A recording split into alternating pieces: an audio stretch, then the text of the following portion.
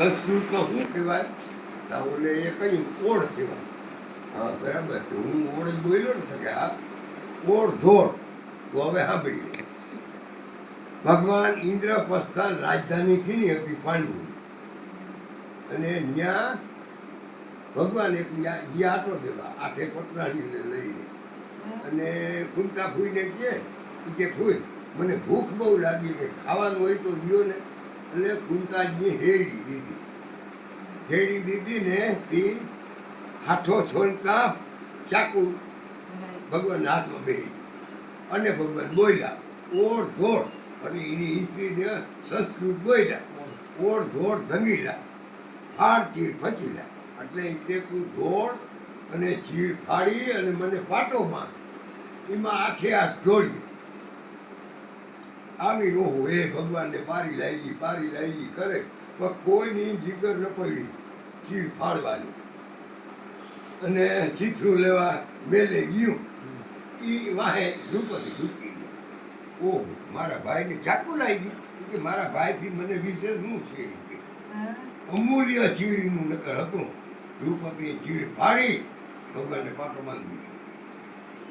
પાટો બાંધી એટલે ભગવાને એકાંતમાં જઈ એના તારલા ગયા. 999 તાર થયા, અને ભગવાને ત્યાં ગાંઠ વાર લીધી કે એક દી મારી બેનને મારે 999 ચીડ પૂરવા. તો જેથી ચીડ ખેંચ્યા તેથી ચીડ પૂર્યા હતા.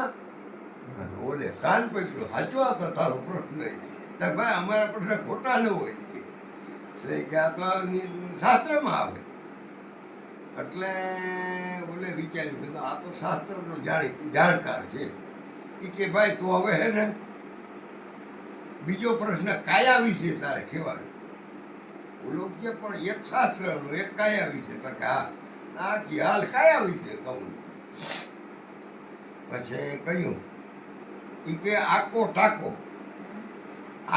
ટાકો દહીંનો ટાકો, ઉડ મૂળ ધતુરાનું ફૂલ, સાકર શેરડી ખાંડ ખજૂર ખાઈ દે રહી.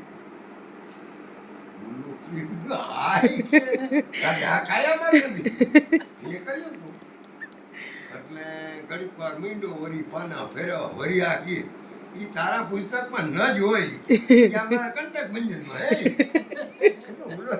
કંટક ભંજન જિંદગીમાં નામ આજે આવ્યું, પુસ્તક હું ના આજે પછી સહી કરાવી કે હું બીજો પ્રશ્ન આવ્યો કરી દીધી સહી.